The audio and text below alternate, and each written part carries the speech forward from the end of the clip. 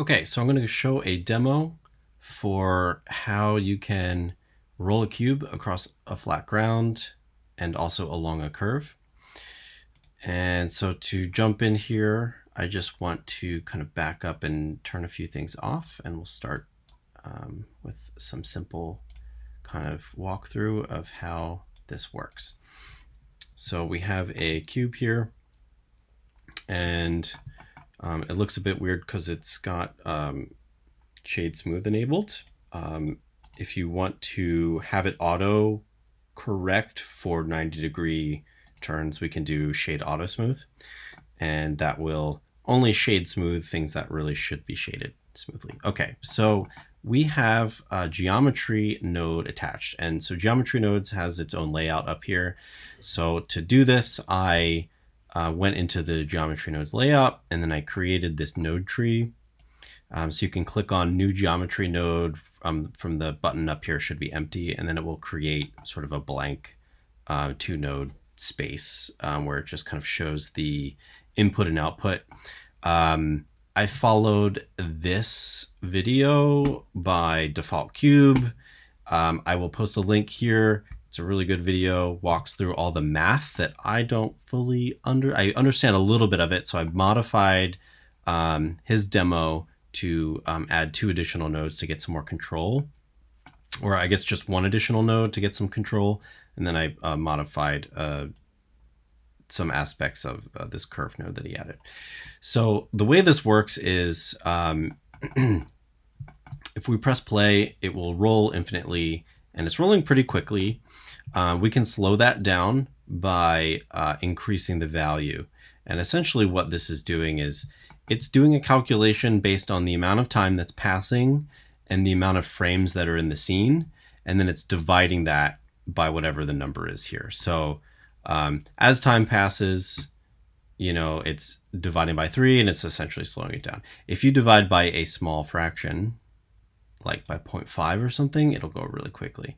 So 0.5 will go, twice as fast. If I press 1, this is what you get by default.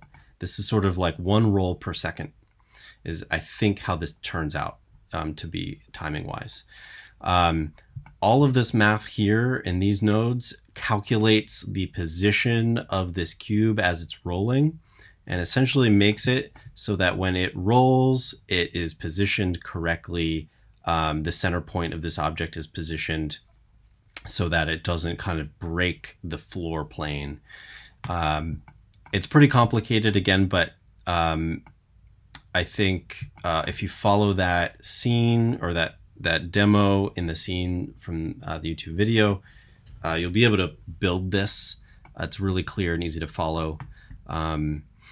But there's just one other thing I want to show about how this works. So if we wanted to, I don't know, maybe we'll say 0.85 or something, make it roll a little bit more quickly.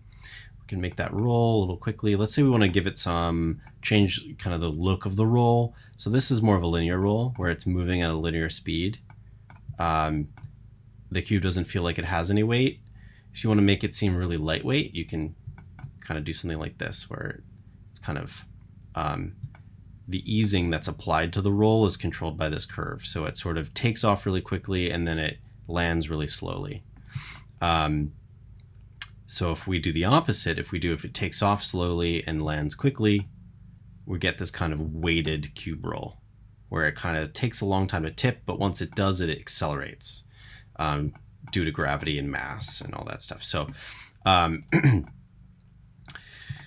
that's how you can adjust it. If you want to make it feel a little bit lighter, you can make the curve a bit shallower. Something like that. Maybe it's a cardboard box, but it does have a little bit of an impact. Do something like this. You can add points here. Just click on the curve and drag it, and so you can have a tighter control. So it could maybe come out really quickly, but then maybe it's very linear or something. Or it can roll slowly and then move linearly. So it just kind of affects the beginning of the roll. So this is something you can dial in based on what you want it to look like. And he kind of shows an example of something like this in the the YouTube video demo. I don't find this particularly useful for maybe what you'd like to achieve, but I think something like this would be good. Okay, so those are really the two parameters. Now the challenge is how to control the cube stopping and the direction of the cube. We're not going to go over how to necessarily make the cube move up and down in space, because that's handled to be a flat plane here with this math. So to change the elevation of the cube might be really tricky. So what we're going to do is instead focus on turning it. And it's definitely possible to turn the cube, and you could make a value somewhere that you could keyframe that controls the direction. I was having trouble doing it in any quick time frame here. So there's a couple nodes down here where I was trying to add in a bit of rotation. Whenever this kind of rotates, it also could turn left or right, but again, wasn't really working. So I don't want to waste too much time on that, and instead we're going to cheat with a deformer. So I drew a curve here. It's just a Bezier. You can go up to Add, Curve, Bezier, and it'll drop in just the default Bezier. And when you press Tab, you can go into Edit mode, and you have these control handles here. So if you drag select on that control handle, you can kind of change this Bezier curve that way. So I would keep the curve nice and simple. So I have snap to grid turned on. So absolute grid snap under the snapping menu is enabled. And that allows me to make sure that the beginning and the end of my curve are perfectly straight and aligned with the grid. And the reason for that is because this is a deformer, and it will deform the shape of the cube when we end up using it. So I'm going to go back into object mode here for our curve, and this is the curve that I'm going to show a demo for. You could have any kind of curve you want.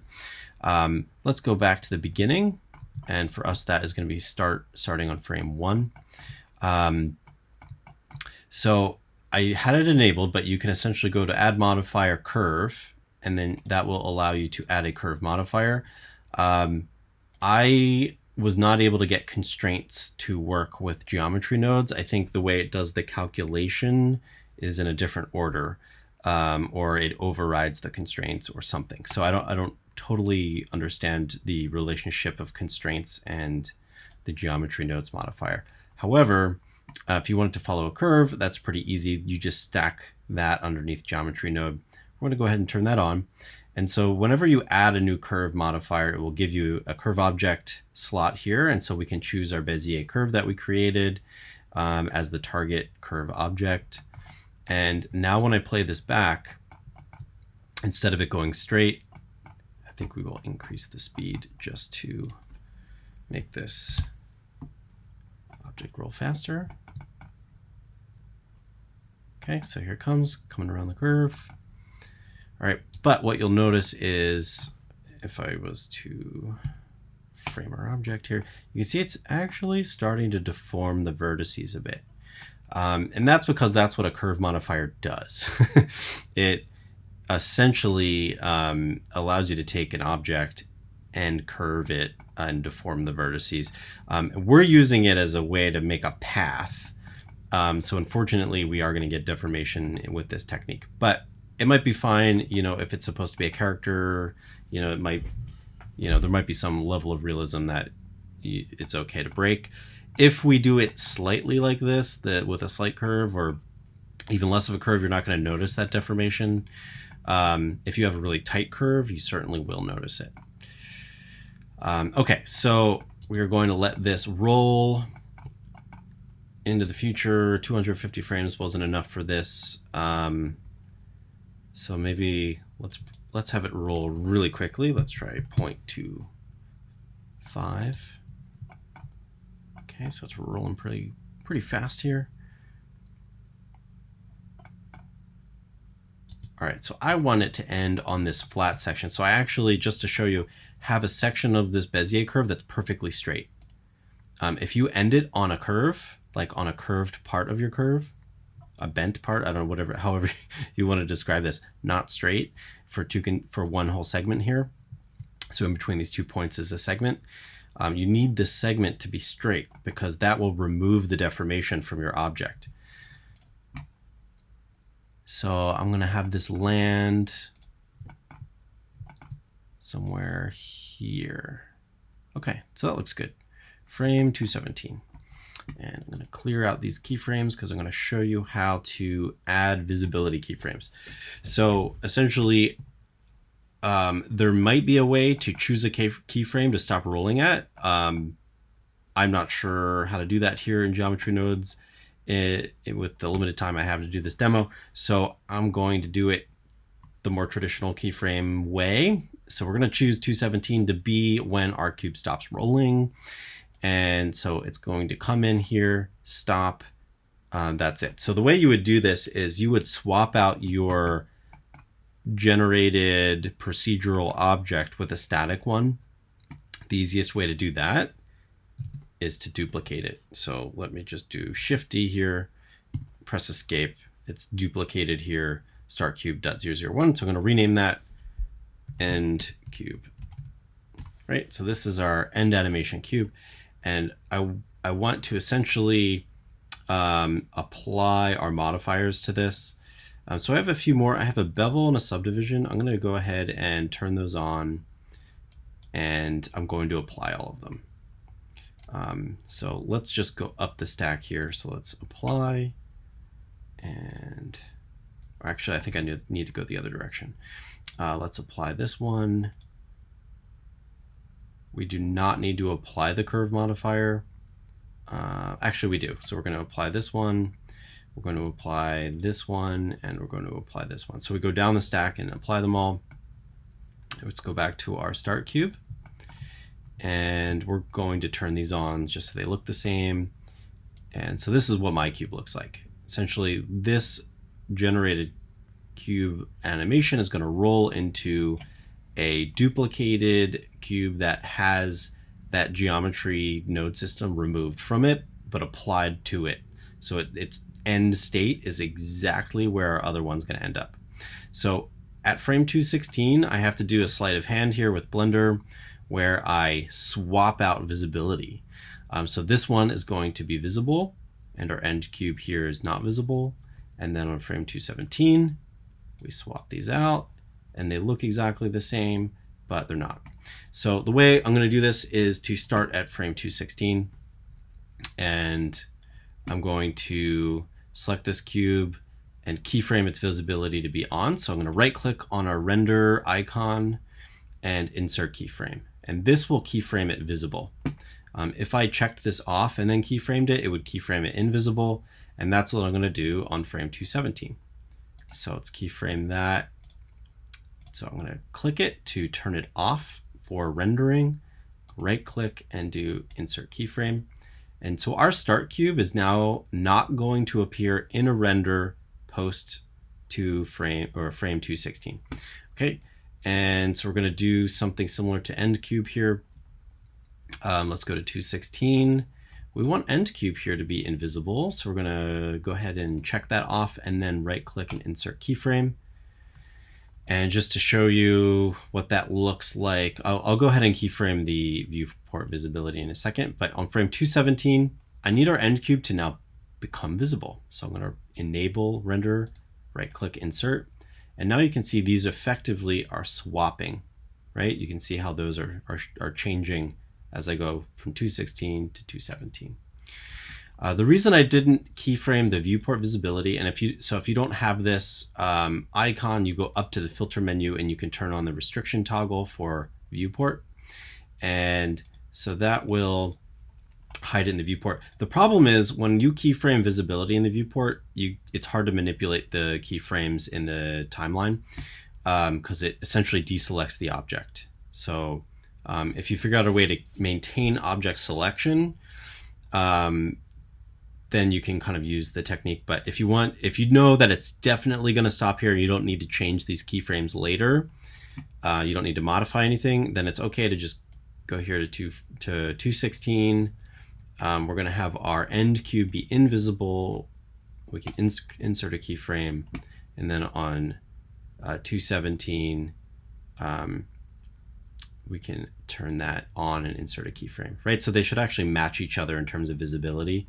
And then for 216 for the cube, we're going to keyframe this visibility in the viewport turned on. And then for 217, see here it's turned off. We're going to match that and then keyframe it.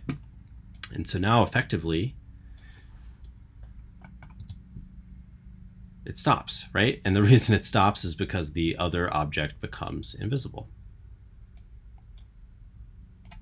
Right? And so that's how you would deal with stopping a cube using keyframe animation and viewport visibility. Just beware, if you select this object here for end cube, it's only visible in the viewport until frame 216. So if I drag past it, it will deselect your object and you can't manipulate the keyframes as easily. You can right click and replace keyframes here. You just right click and if you do insert, I think it will just say replaced keyframe if there is a keyframe active. So if we go to frame 216, I believe it was, it turns yellow when there's a keyframe. If we right click and say replace, you know, and you change some attribute, it will replace that. Or if you just change the visibility and re-keyframe it, it will work fine. Otherwise, you can just delete the keyframe and then do it over if you need to move the object to somewhere else. So that is how you can change the speed of the object, the way it rolls, where it rolls to, and then make it stop at the end. To do this a bit more, precisely without using the deformer takes a lot more math work. So that's why I'm choosing to use this method. Okay, good luck.